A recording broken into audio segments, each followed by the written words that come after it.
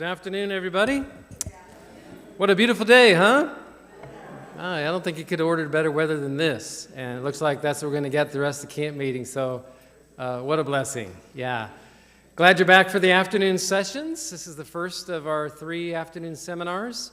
And of course, this is focusing on the evangelism cycle. Evangelism is not an event. It's just something that needs to happen on an ongoing basis throughout the year, like farming.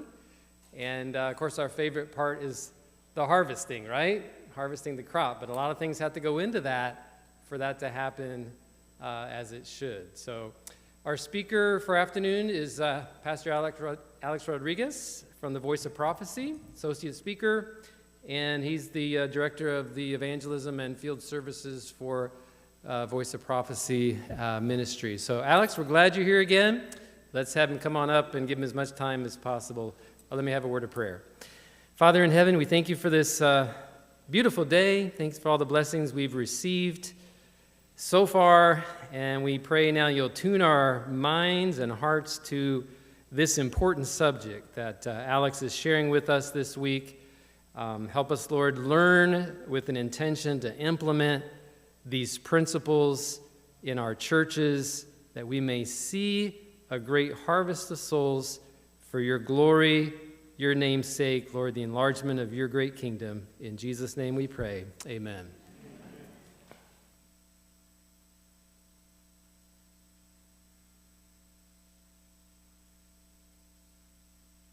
We have a lot more information that I can actually cover. It's hard to squeeze in sort of a boot camp weekend of information in just 4 programs. So I'm trying to just hit some highlights, things that you can take home, take to your churches, that makes some kind of sense. I hope I'm making sense. And then you can sort of grow from there. A couple of things that I'll start off with, because I've realized I'm not plowing as much and quickly as I thought I would. So I'm just going to try to move on. There's been a couple of conversations that I've had with several of you throughout the camp meeting week about the great controversy and the desire to hand out the great controversy.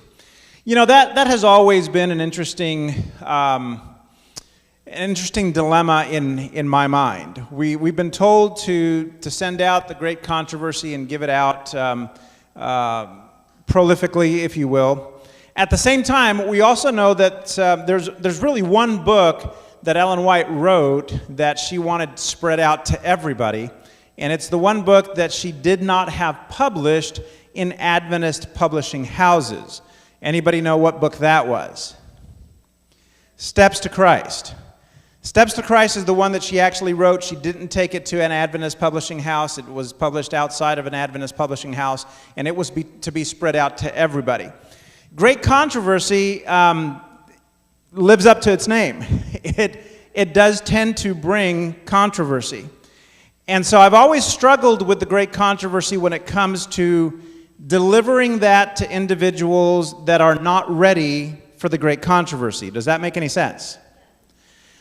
Just a few years ago, my son is part of a youth group that kind of started up right during COVID. They wanted to do ministry, and they were young people. They just kind of started the group up, and now they've moved. I'm so proud of them. They've moved on. They've gotten their own 501c3 and nonprofit and all this stuff, and they're doing all kinds of great things. But one year they had a conference, and they wanted to have a mission trip for that conference. And so they asked me, it was right there in Colorado, they asked me if I had any materials they could pass out, and so we went to the warehouse, got them tons of material, and they spread out throughout the community, and one of the places that a few of the young people hit was the mall. And they went to the mall, and they plastered every single car at the mall. Well, guess whose name is on the back of the material that that was the Voice of Prophecy. So we spent the bulk of a couple of days taking calls from the folks that owned the mall area, talking to us about why we have violated the law, and we had to just explain that wasn't us, people use our material, all these things. I didn't tell them, no, that was my son. I think that we need to be wise as serpents and harmless as doves, and give material to those who are ready to receive the material. I'll talk a little bit more about that, and I'll give you the foundation for that here this afternoon. But what I have found that is a great way to give out the great controversy is to give out something that discusses the great controversy, like something like these 2 glow tracts, for example. The Right Book and the Right Time, that is David Asherick's story on how he came to the Lord through the great controversy, and then it offers the great controversy. The War in Heaven, that's another glow tract that deals with the great controversy between good and evil, and then it offers the great controversy book. And the beauty about doing it this way is it's not as thick as the great controversy. These are very cheap to give out. They tell the story, and what you're doing is inviting somebody to just take it, read it. If they're interested in it, then they ask for the great controversy book. Then you're sort of weeding out some of that, and you're kind of helping yourself out. Instead of infuriating the city that you're in, you're going to get some good leads out of that. And these are easy to take with you. So that's just a couple of options. You can make your own track. These are not difficult to make. We make them all the time. You can just get the word count. You could go to the Great Controversy book, read in the book a very compelling and interesting story, and then just pull that, place it in a track, and make a track out of that, and kind of utilize that. So anyway, that's a bit of an option for that. Not that I'm against handing out the Great Controversy. I just think that there might be some more I don't want to call it soft, but a little bit more careful ways to do that. There's no reason to infuriate people before you have an opportunity to show them the goodness of Christ. And it's kind of an evangelism principle. We don't want to throw so much on them that all of a sudden we take a community that could have been responsive and we alienate them because of the way that we did things. At any rate, that is that. And now I want to talk a little bit about the Mind Fit cards, prayer cards that I handed out yesterday. Some of you that were here, you got a prayer card. This one that's on the screen, that's what we use for Revelation Speaks Peace. It's this prayer card here with 10 names. And all I wanted to say there was just want to make sure that everybody understood these cards are sort of a foundational system that could help your church be very intentional in prayer. The cards are not passive, so they're not meant so you can put the names on and just only simply pray for them. That's important. If that's what you do, fantastic. Please do. But they are an active card. It does have action related to that. So what do I mean with that?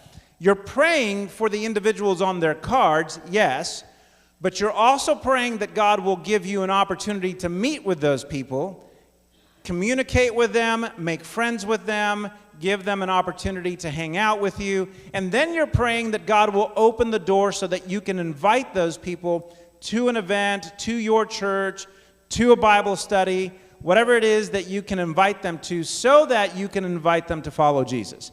It's an active ministry, not just a passive, we're going to pray, we're going to hang out at the church, we're going to pray for these folks. We're actually asking God to help us meet them and invite them in. And what I find when it comes to prayer ministry is that we end up praying in a very vague way. Oh, Lord, help me to win souls. Help the church to grow. And all of those things are fantastic, but I do believe that it takes some intentionality on our part. It takes a bit of a plan. What do you want God to help you with?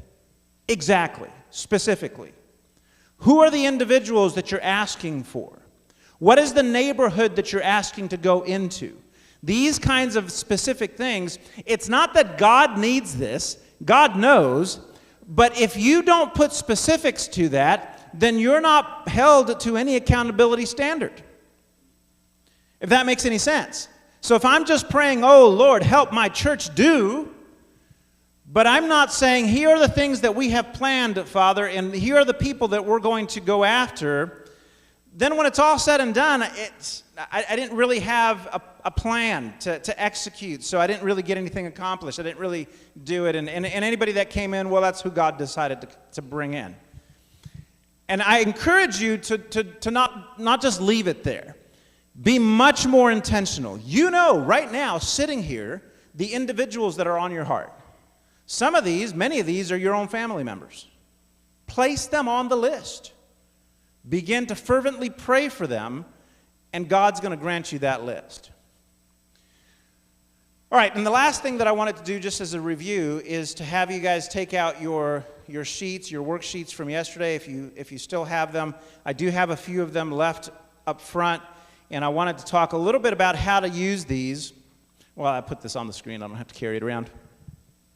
These worksheets are intended so that you can brainstorm either by yourself, with your family, small group, in your church. And you'll notice that we've got a couple of columns. We have dates, we have activities and events, we have the budget if it cost any money, if it cost any dollars, and it's just a brainstorming thing right now. In this class, I would be just utilizing this to write down ideas. As you hear me say something, I don't have all the ideas in the world, but you're probably going to hear ideas that you're like, oh, that's a good idea. I just write it on that sheet so that it would help you sort of brainstorm with your church later on. But you would use that, and if there's any cash involved, you would just put the total there. And then on the bottom of the page, it has products and a SKU. That's designed for the evangelism calendar that I passed out yesterday. Now, I'm out of those paper calendars, physical calendars, but that's so that you can look through the calendar and say, okay, here are some resources that the Voice of Prophecy has, and you can put the product name and you can put the SKU number in there so that when you guys get together to make your plan and actually put your whole calendar together, it's really, really easy to find. If for some reason we don't carry that, and we don't carry a lot of different products because we are not everything for all people, then you can just write on there where to get it and maybe the SKU number of that if it's another ministry. And then of course there's a notes page, and then there's a QR code at the bottom, and if you'll scan that QR code, it will take you to the Evangelism Cycle website, and it'll give you some options on what the resources are.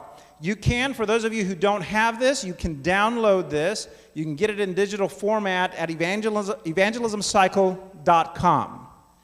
And then one last thing about that website, I showed you yesterday where it had samples of calendars, 18 months, 24 months, 36 months.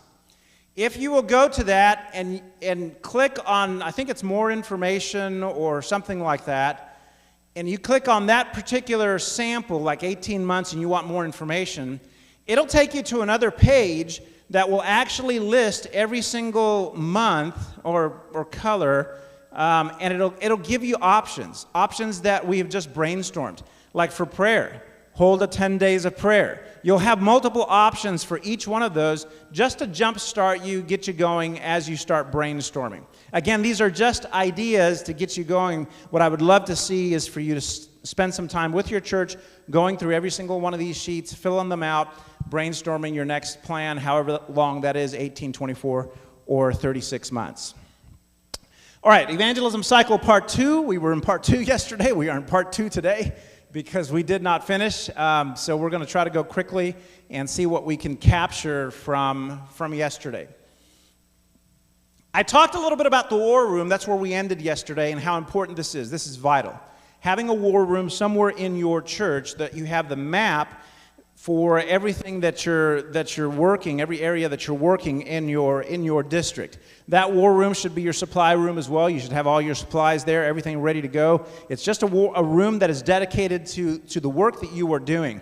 I'm suggesting that you make maps of 100. Divide your districts into maps of 100, because 100 households is about what a team of 2 can handle on a Sabbath afternoon. It takes about 2 or 3 hours, and they can walk and knock on doors in about 100 households and get that knocked out. I often take these maps and I give them to my Pathfinders, because my Pathfinders are absolutely fearless. They do not have any of the biases and scares and fears that we have. They come up to Colorado and they see a sign that says, "Beware of the dog." They can't wait to pet the dog. If the sign says we have guns, they can't wait to knock on the door. You know, we try to just hold them back a little bit, but they are fearless. But what you want to do with these maps of 100 is you want to pass them out to your Bible workers. Who are your Bible workers, by the way? You are. Thank you. We are the army. There is no other army that's coming. When I was in law enforcement, they taught you, if you're going to survive, it's because you're going to survive with what you know. It's you, and you. Nobody's coming to get you. It's just you. Now, that became very difficult for me when I came into ministry, because how do you trust in God when they have pumped into your head that you have to trust in yourself? That was a big challenge that I had. But the reality is, when it comes to soul winning, there is no other army that is coming to soul win, guys. We are the army that God has chosen in the last days to preach the everlasting gospel and call people home. And so we need to begin to train that army and mobilize that army. And so what you're going to do with these maps of 100 is you're going to begin to mobilize those church members that want to participate. And you'll grow that. At first it'll be a few, but eventually it'll grow. As people see success, they want to jump on board. So start with whatever you have, and you're going to give a map to a set of two, team of two. Why did we do teams of two? It's because Jesus told us to do teams of two. One to talk, one to pray. Yeah, God sent them out in twos, and so we're doing the very same thing. It is a safety thing as well, but God sent us out in twos. But the important thing about going in twos is that you're demonstrating and modeling and mentoring for the individual that's with you.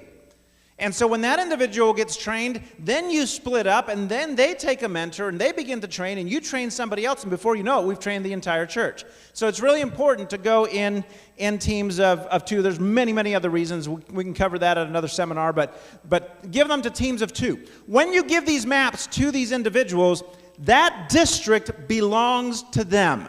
They are now the owners of that district. It is theirs. They're going to pray over that district. They're going to work that district. They're going to go door to door, do knock and talks. Knock and talks is a term that I stole from law enforcement. That's when I would go to the door and I'd knock and I'd say, hey, this is Special Agent Rodriguez with the Tennessee Bureau of Investigation. You mind if I come in?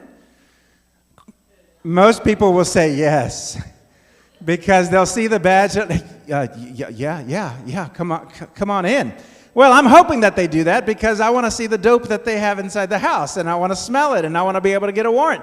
But so when I came into ministry, I thought, oh man, I really miss knocking on doors. I miss knock and talks, so I took the term. Knock and talks is simply going door knocking, going and knocking on doors. Oh, but Pastor, I hate knocking on doors. Me too. However, it works. It works incredibly. This is where you're going to get some of your best Bible studies, some of your best leads come from knocking on doors. You need to systematically decide how you're going to knock on every single door in your district, and you need to cycle it so that you consistently knock on these doors over a period of time and go back. And I'll explain why that is in a bit. But you're going to own this map. This is your map. Some teams of two can take more than one map. I've met folks that, they are just overachievers. Some others, they can't, and so they take one map. But you distribute all of your maps so that the entire district is covered. You must cover your entire district and work that district in a very systematic and intentional way. All right, prayer campaigns. One of the things that you can do, and some of this I'll cover in just a second, but some of the things that you can do is think about how you can do prayer campaigns in your community. You can have print material. You can have, actually, if I can get a few volunteers, this is probably a good time. I have got about 10 materials here that everybody just needs to get one of. Or if not, if I don't pass them out now, then I'll be constantly calling people to pass out. Yeah, just grab one of each of this and just pass those out.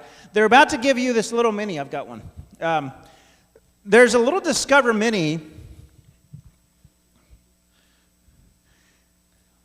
At the Voice of Prophecy, we like having things that are systematized, that have a reason for them, that lead you to something else. So as we thought about Bible schools and Bible lessons, we thought we need to systematize that. We need to build it into a larger system, not just a single Bible study. Many, many different parts with many, many different options. One of the options that we came up with was a track that's called a Discover Mini. We did, I think, numbers 1 through 6. Yeah, all 3 of those need to go out, 1 to each person. It's basically one of the Bible study lessons in the Discover program or the Discover Bible studies that simply talks about prayer. So when I talk about campaigns, this is a wonderful campaign for your community. This is non-intrusive. Most everybody wants prayer. So just a couple of days ago, I needed to print these flyers, and I went to the Office Depot. By the way, Office Depot is not the place to print flyers. Wow, they are proud of their paper. But anyway, I went in there and I used a little thumb drive, and it connected to their computer. They printed it all, and the guy said, "Don't forget to take your thumb drive." Well, I forgot to take the thumb drive. So yesterday morning, I'm looking for this thing. I can't find it anywhere.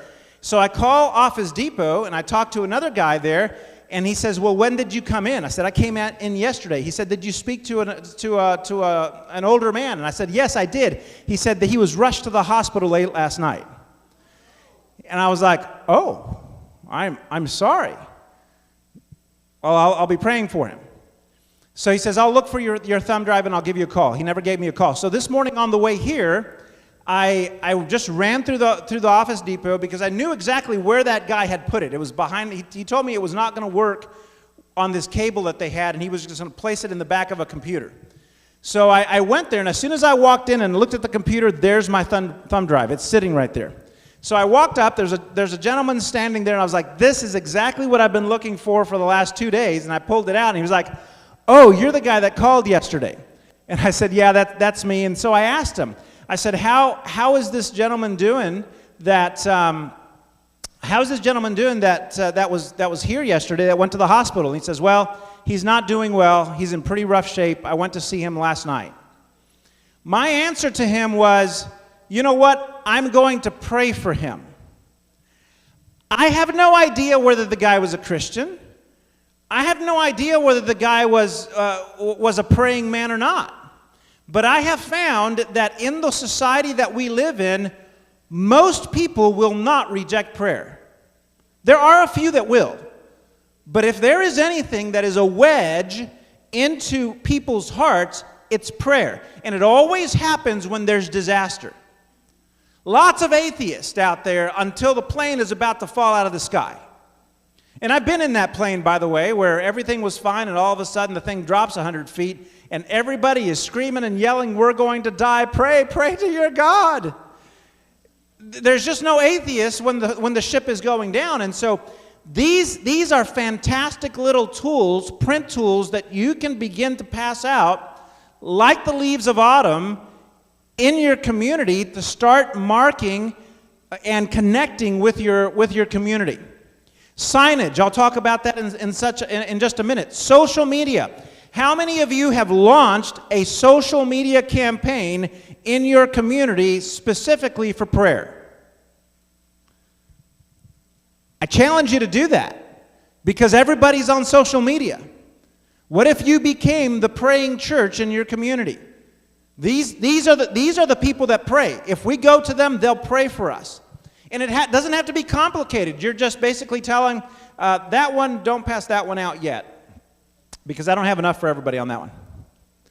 All right, events and booths. Look around to see where the events are, where the booths are. I still today got an email yesterday from Indianapolis asking if I would participate in one of the Indiana booths. They've been emailing me since I left 9 years ago.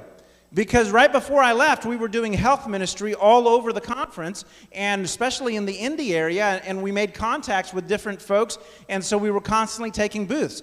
Go around, find out where you can put a booth. Make it a prayer booth. Is it a fair? Have a prayer booth there.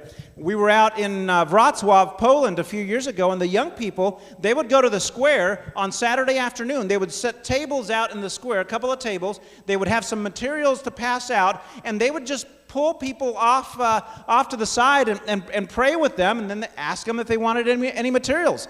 I was just talking to a pastor that got together with the Walgreens, and he convinced Walgreens to let them ask everybody that was coming through the drive-thru if they needed prayer. And so they had signs out there right at the Walgreens as people came through the Walgreens. If they needed prayer, they would pull into the driveway of Walgreens and then pull out, go to the prayer booth, and then keep going. I mean, there's so much that you can do from prayer ministry to really get engaged with your community. I'm going to transition over to cultivate because prayer is just number one. Let's go to cultivate a little bit, preparing in Christ. Before we can harvest, we have to prepare the ground and our equipment. I mean, I was just here yesterday, and Dale, I don't know if you guys know Dale, but he was here. He's a farmer, and he was just talking about the harvest, or not the harvest, but the cultivating portion. The fact that they're preparing the ground and preparing the tools and preparing the resources. And he said, "Man, I'm preparing already for the planting next year. That's what I'm doing." We don't tend to do that in our church. There are two areas that you need to prepare your church, two things that you need to focus on. Number one, you need to prepare your membership. So you need to begin training your members, because remember, we are the army of God. And if we're not trained, then that's going to be a problem. And number two, you need to begin to prepare in the community itself. Let's start with membership. And we'll go here to Genesis 14:14. Now, when Abraham heard that his brother was taken captive, he armed his 318, what does that word say there? Trained servants who were born in his house, and went in pursuit as far as Dan. He trained his men. We need to train our army. We need to train our people. And friends, let me just tell you, we've been doing evangelism in the church for a long, long time. There are a whole lot of experts that can train. We can provide training as a ministry. The Voice of Prophecy can provide training. There's so many other ministries that can. We have online training available. There's so much training. There's no excuse to not have a well-trained army, but you need to be intentional and systematic about it. If you make an evangelism calendar like I'm suggesting, that will help you to know what to train for and train on, because you know exactly what's coming up and what's the next phase that the church members need to be prepared for. Some training areas that you're going to focus on. There's so many, but here are some basic ones that I want you to start considering. Bible school. You need to train your church members on how to run a Bible school. Evangelism and soul winning. What does that look like today? Let's train your church members in that. Interpersonal relationships. My goodness, we as a people, we as a people may be some of the most sour Christians that I've ever seen. And I know I see some evangelists here, and got Pastor Harvey down there, and Pastor Rod here. It's Rob. There are people that we don't want to be greeting when they walk into the church. There are other places for them to work, but we are in desperate need of interpersonal relationships. And I don't think that most Adventists go out to be mean. They just don't think about it. And so we need to think about how to train them. Campus improvement, first impressions. I walked into a church just the other day, and they thought that there was this ledge, the sanctuary here, and there was like a ledge on both sides, and they thought that was the great place to put these big trash cans and buckets, and the other side there was a bunch of other materials for VBS, right in the sanctuary. That first impression is a killer. Remember the story of Samuel when Samuel was supposed to anoint a new king, and he went through David's brothers, Jesse's sons, and they weren't, and finally it was like, do you have any other brothers? Do you have any other sons? And he said, well, yeah, we got this one little scrawny dude down in the field, and he says, well, go. God said, this is the one. Don't look at the outward appearance, because that's what man looks at. God looks at the what? We quote that all the time from the perspective of God looks at the heart. That's the way we quote it all the time, but we miss the first part. God just put us on warning. He gave us a prophetic warning that man looks at what? Outward appearance. And if we're not thinking about that in our churches and the outward appearance of our church, from finding the church, where it's at, where it's located, where the front door is, what it looks like when people walk in, the carpet is horrible, it's leaking, we fixed something with duct tape. Yeah, I was at a church, big church, and there was a big leak, and so they fixed it with duct tape, and I was in there for months, and it was just fixed with duct tape. And I'm like, surely this church can put some sheetrock and fix that thing. We just don't think about all these things, but your guests think about it. And whatever it is that you show them in first appearance is how they judge the message that you are preaching. And if we don't make a solid first impression, they will not value the message as being important either. So it's really, really important to think about all of these things. Let me just invite you to something here. It's a little bit of a break for a second. But this November 7 through 10, at Estes Park, there in the Rocky Mountains, we're going to hold a summit evangelism training. I'm giving you sort of the 1,000-mile-an-hour tour of what we need to talk about to grow your churches. But here we're going to go more in depth. I've got a short video. Let's run that video clip for them really quick.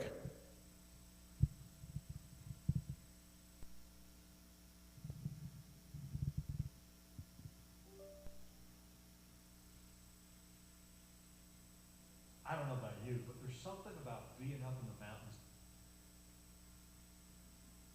I don't know about you, but there's something about being up in the mountains, that fresh air, getting away from the noise, the busyness, the confusion of everyday life, and just relaxing a moment in God's presence. I just love it up here. I'm standing at the YMCA of the Rockies, and I know if you are in the city, that sounds like it's a gym, really kind of a sweaty, smelly place, but this one's different.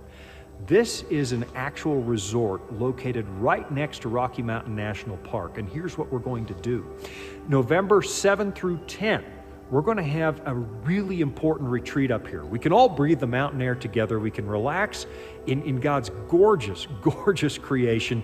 But most importantly, we're going to talk about growing your church. We're going to look at proven ways to execute God's work. We're going to look at the counsels He's given us. And I'm going to send you home with something really practical and simple that you could do to move the needle in bringing in the kingdom of God, watching Jesus come back. You don't want to miss this one at all. November 7 through 10, join me. I promise you, this is going to be worth your time, and you're going to watch things happen in your church in the year ahead. So, November 7 through 10, write it down and join me here. We're going to get much more depth on church growth, evangelism, revival, all of the things that you need to know about growing your churches. At this conference, I want to invite you to be a part of that. If you're a pastor here, send us your best guys. Let's get together and talk about church growth. And then we're going to, on top of that, we're going to get with the churches and meet on a monthly basis. So we'll have some kind of training seminar, continuing sort of follow up on a monthly basis to see how your churches are doing, how you're incorporating, what the issues are, what the problems are. We'll meet every single year, the plan is, and look through the plan. How did the evangelism cycle go for you for the year? Is this thing on? Can you hear me out there? Okay. How did it go for you for the year, and any tweaks we need to make, and we'll just continue to meet to see what your needs are so that we can continue growing your church. This is our smaller training team. This is most of the folks that actually go out to train. We have one missing. It's Tanisha Tavares. She's our new associate director in the evangelism department. Her focus is a lot on prayer ministry. In fact, I'm sending her to a church here in a week or so where she's doing a training seminar. Sent her out to Belfast, Ireland just recently to do a training seminar on prayer. We are willing to come out to your districts and train. When we do come out to your districts, we really like to try to do multiple churches at a time. It kind of saves having to go to the 6,500 churches, and we aren't that big of a team. But at the Voice of Prophecy, we really see ourselves as a 40-person evangelism team in support of your churches and your conference. Our greatest desire, when it all comes down to, is really to support your church. We want to build resources for your church, train your church. Everything that we want to do is based upon the growth of your church. Really, it's John the Baptist principle. We want to decrease, and we want you to increase, because we believe that's the way that the work is going to get done in the last days. This is my email here, alex@vop.com. Just send me an email if you're looking for training, if you're looking for resources and materials. We'll work through that, and we'll get some training for your churches, get that all started up. All right, let's move over to community applications. Let me just give you a quick story here. Those of you who are from Carmel, you may remember this, but when I was pastoring here at Carmel, we ended up building the Carmel church in a multi-phased pattern. It was very intentional, very programmatic and systematic, and God blessed every step of the way. Once we had built the sanctuary, right about then, the property across the street from us went for sale. It was 10 acres. And we thought, oh man, that would be amazing for the Lord. We can build a school there. We can build some kind of center of influence there. This would be amazing. And I remember telling our staff in there, I said, let's find out what price that is. What's the cost? It was several $1 million. It was high dollar. And I remember when we heard that, we were kind of deflated, which is funny because we had just gone through this multi-million-dollar process of building over several years, and God had blessed tremendously, and I think that the church is paid for already. And but it was just like, oh, that's just a lot of money, and so we just kind of hem-hawed around, and we never really moved forward. All of a sudden, the conference gets this notice that says that there's a meeting at City Hall over this property because a liquor store is coming in.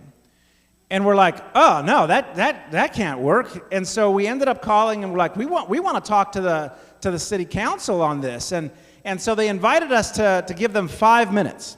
5 minutes that we could present. The conference sent us someone to present.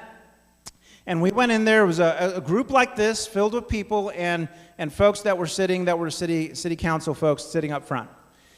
We found out once we got there that all of the objections needed to be filed way before this.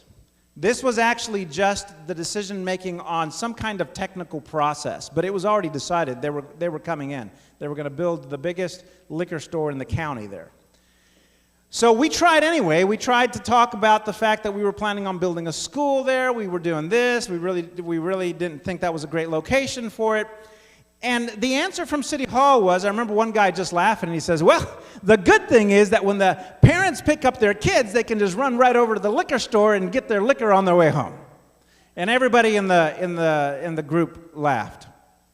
When I walked out, a guy came up to me and he said, hey, I just want to tell you, I really appreciate what you guys tried to do. But I went home and I thought about the whole thing, and I realized something. Through all the building and all the success and all the wonderful stuff that was happening at Carmel, the one thing that we had forgotten was the community. They didn't know who we were. There was a nice church on the corner taking amazing property, some top property in Carmel. But the community did not know who we were. We had not done nothing in that community to make an impact on that community. Had we had friends in that community, we would have had friends in the audience who would have stood up for us and say, we don't want this, not that we're against drinking, but we don't want this because our friends don't want this. But we didn't have that. My question for you this afternoon is, does your community know you? Are you making an impact in your community? Do they know who you are, or are you just taking some of the best real estate that's in that particular city? We need to engage with our community. How do you do that? Well, does your pastor belong to the local ministerium? Is he on the ball with what's going on in the community? This is a bit of a double-edged sword, because we know once we actually start preaching the everlasting gospel the way we're supposed to be preaching it, that there's a whole lot of folks that aren't going to like it. But this is a great place for information. Community service organizations, have you gotten up with them to figure out what's being offered in your community? Have you gone to City Hall and introduced yourself and said, hey, we want to make a difference in our community. What are your needs? Business Bureau, get with them. They have booths. They do these booths and events all of the time. Law enforcement knows exactly what's happening in the whole community and who needs help and where you can find that. Then have you ID'd the church skill sets? Do you know what your church can provide? Not every church can provide everything. You can't be everything to everybody, and not every church has every single skill set. But I bet your church has some kind of skill set. Identify that skill set, and now you have maybe a better look or view of what it is that you can offer your community. Personal service. This is something that I saw being done at Campion, and I thought it was brilliant. But once a year, they would invite the community services in that city to come on a Sabbath, and they would introduce them from the front. They would give each one 2 or 3 minutes to talk about their ministry, and then they would set up a booth in the lobby so that the church members could be introduced to the services of the community, and they could begin volunteering. That way you can make try to get your membership. You can't make them do anything, but try to get your membership active in the community. I thought it was brilliant. Corporately as a church, have you picked a project? Have you picked a ministry? Have you picked something in the community that your church is going to own, it's going to partner with in order to bring help into a community that is dying? God has asked us to go out into the community and meet the needs of folks. Are we picking that one or two or whatever your church can do, depending on your size? But there should be corporate sort of services. When I say corporate, I mean that as a church you have corporately decided through the board that this ministry is what we're going to engage with, and then you let the entire church know this is a ministry that now the church partners with, and we want to be able to fulfill the needs that they have for manpower and other things.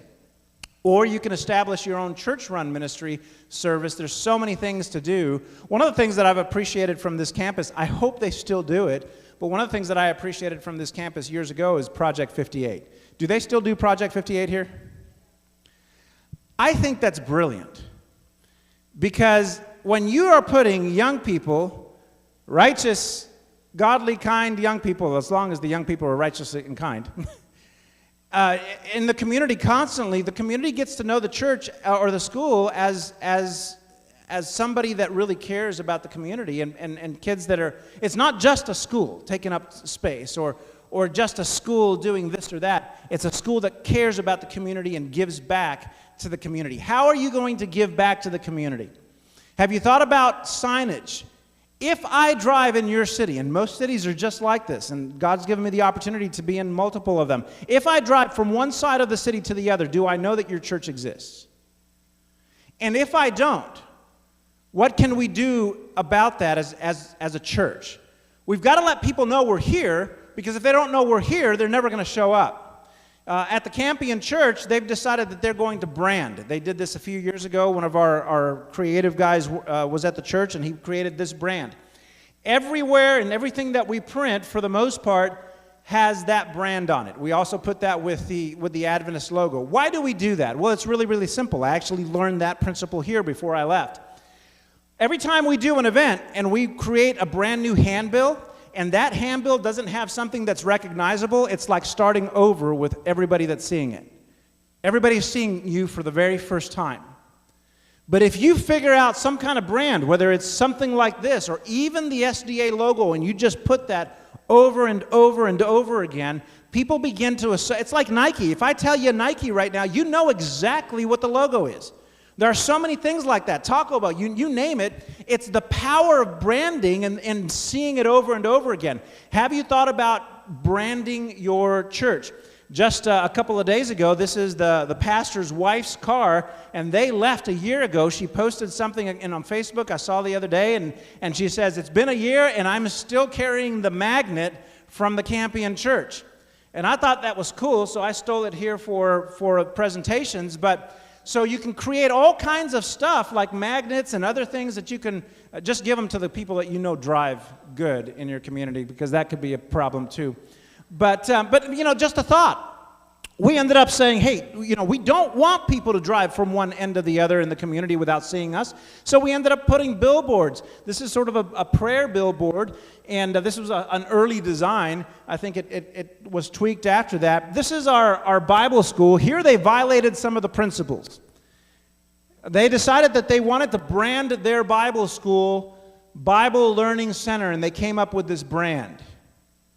It's great. And we actually just got an individual that saw it, and now they're starting Bible studies and are wanting to come to church. Just based on driving by and seeing, hey, there's a place that wants to give Bible studies.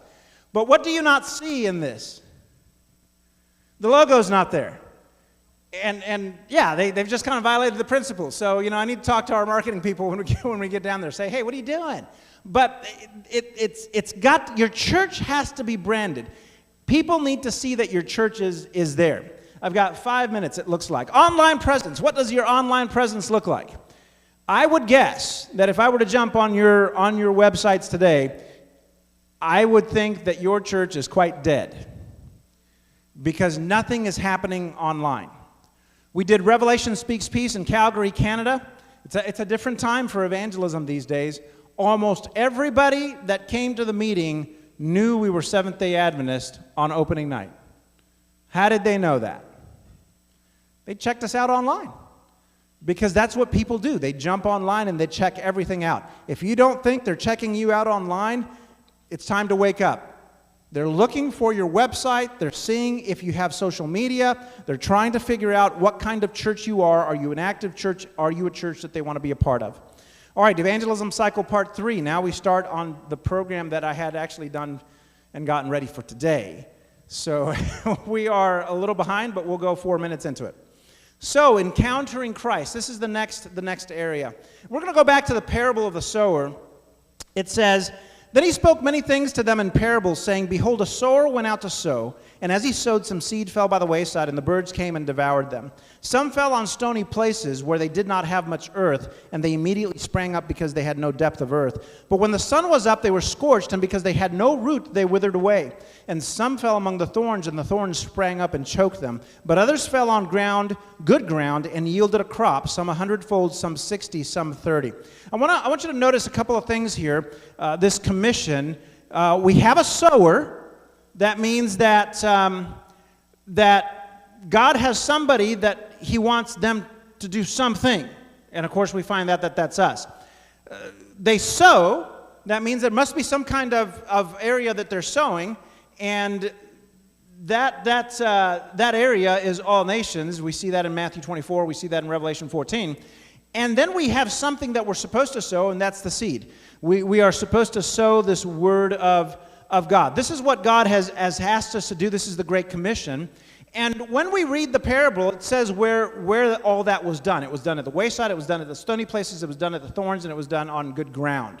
One lesson that we learn from here is that we need to sow everywhere. We need to just spread that seed as far as we can spread it. That's one lesson that we can take away from this. But there is something interesting about this that I want to point out, and that is simply that this concept of sowing, if you will read this very carefully, you'll notice that each one of these areas actually received the seed. Now, most people that are not interested in Christianity at all will not receive the seed. So if every single one of those, wayside, stony places, thorns, good ground, received the seed, then what we're talking about here is not necessarily spreading that to everybody and throwing your pearls to the swine type of concept, but we're actually sending this to the people that are interested. The seed we are seeding with the people that are interested. I'm going to put this back up here with the other color scheme because I want to make a point, and then we'll have to stop here in just a second. But we talked about the evangelism target yesterday and moving through the target. And one thing that I want to mention is that the voice of prophecy hangs out in this area right here, middle ring, inner ring, and bullseye. Anybody have any idea why we hang out there? What? Because what? The end game. Well, the reason that we hang out there is because of this. This is gospel workers. You remember this dream she had. Soon the wagon halted, she's picking berries, and the party scattered in every direction to look for fruit. All around the wagon were both high and low bushes bearing large, beautiful whortleberries, but the company were all looking too far away to see them. I began to gather the fruit nearby, but very carefully for fear of picking the green berries, which were so mingled with the ripe fruit that I could pick only 1 or 2 berries from a cluster. I'm going to stop there and continue tomorrow, but understand that we are to pick ripe berries. If you pick green berries, you will spoil the fruit. When you get out, let me go back. When you get out to this contact and outer ring, you are getting very dangerously close to green berries. There's a whole lot of green berries there. And so at the Voice of Prophecy, we're thinking, let's not hang out in the contact and outer ring because they're not ripe yet. We're going to go to ripe berries. And tomorrow I'm going to talk to you about how important that is. And we have run out of time. 3, 2, 1. Man, I knocked that out of the park, dude. That's great. Just ended that. Not really, because I've got tons of information, but we'll stop right there. Hold on to your stuff that we passed out. I didn't cover it. We'll cover it tomorrow. Just bring it back.